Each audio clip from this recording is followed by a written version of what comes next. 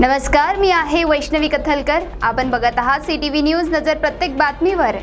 हिंदी आणि मराठी भाषेत बातम्या प्रसारित करणारे जिल्ह्यातील एकमेव channel, sponsored by Sukhkarta associates. आणि आता पाहूयात गेल्या 24 तासातील बातम्या पटापट। चंद्रपूर शहरातील दुर्गापूर येथे पुन्हा एकदा महिलेवर सामूहिक बलात्कार करण्यात आल्याची घटना उघडकीस आली असून यातील मुख्य आरोपी संजय गिलबिले हा फरार आहे। पीडिता ही विधवा असून तिच्या गरिबीचा फायदा घेत संजय गिलबिले आणि त्याच्या मित्रांनी तिच्यावर अत्याचार केल्याचे उघडकीस आले आहे। आरोपीवर गुन्हा दाखल होताच तो फरार झाला असून पोलीस त्याचा शोध घेत आहे। एकीकडे सरकार महिलांसाठी लाडकी बहीण योजना सुरू करून त्यांना 1500 रुपये दरमहा देत आहे, तर दुसरीकडे या खर्चाची वसुली मुद्रांक शुल्क वाढवून केली जात असल्याचा घणाघाती आरोप विरोधी पक्षनेते विजय वडेट्टीवार यांनी केला आहे। छोट्या मोठ्या कामासाठी लागणारे 100 ते 200 रुपयाचे मुद्रांक आता बंद करून थेट 500 रुपयाचे मुद्रांक नागरिकांना विकत घ्यावे लागणार आहे।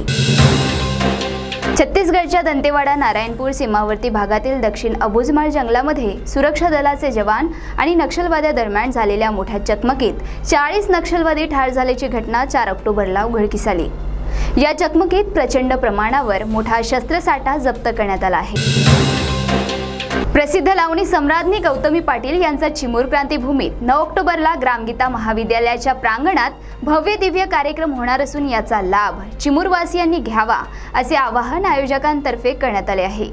या कार्यक्रमाचे उद्घाटक विरोधी पक्षनेते विजय वडेट्टीवार राहणार आहे। क्रिकेटचा देव समजल्या जाणाऱ्या सचिन तेंडुलकरने पुन्हा एकदा ताडोबाची सफारी केली। ही त्यांची 7व्यांदा ताडोबा सफारी असून 3 दिवस तो कुटुंब आणि मित्रांसमवेत रिसॉर्टमध्ये मुक्कामास आहे। काल सफारी करताना त्याला 3 ठिकाणी व्याघ्र दर्शन झाले। राज्यात सर्वत्र सुगंधी तंबाखू विरोधी मोहीम राबवण्यात येत असून त्याचाच एक भाग म्हणून चंद्रपूर येथील स्थानिक गुन्हे शाखेने गोंडपिंपरी येथे धाड टाकत 5.5 लाख रुपयाचा सुगंधी तंबाखूसह मुद्देमाल जप्त केलाय। गजानन शंकर तेलकापल्लीवार असे आरोपीचे नाव असून त्याच्या घरून आणि वाहनातून सुगंधित तंबाखू जप्त करण्यात आलाय। उमरेड तालुक्यातील पाचगाव पोलीस स्टेशन अंतर्गत येणाऱ्या गावात एका 35 वर्षीय विवाहित महिलेवर बलात्कार केल्याची घटना उघडकीस आली।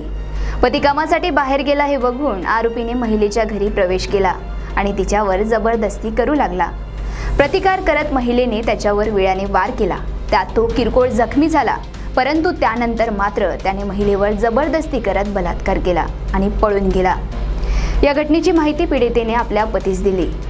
पतीने आरोपीस पकडून पोलिसांच्या स्वाधीन केले। जन्मदात्या पित्याने चक्क आपल्या मुलीवर बलात्कार केल्याची घटना अमरावती जिल्ह्यातील तळेगाव पोलीस ठाण्याअंतर्गत उघडकीस आली। या घटनेनंतर पीडितेने आपल्या मैत्रिणीसह घरून पळ काढला। त्यानंतर पोलिसांनी तिचा शोध घेतला असता हे धक्कादायक सत्य बाहेर आले। विशेष म्हणजे तिला गर्भधारणा झाली होती आणि तिचा गर्भपातही तिच्या पित्यानेच केला होता। तर या होत्या आजच्या पटापट बातम्या। लवकरच भेटूया पुन्हा काही नव्या बातम्यांसह। तोपर्यंत अशाच बातम्यांचे अपडेट घेण्यासाठी बघत रहा विदर्भातील अग्रणी सीटीव्ही न्यूज, नजर प्रत्येक बातमीवर। नमस्कार।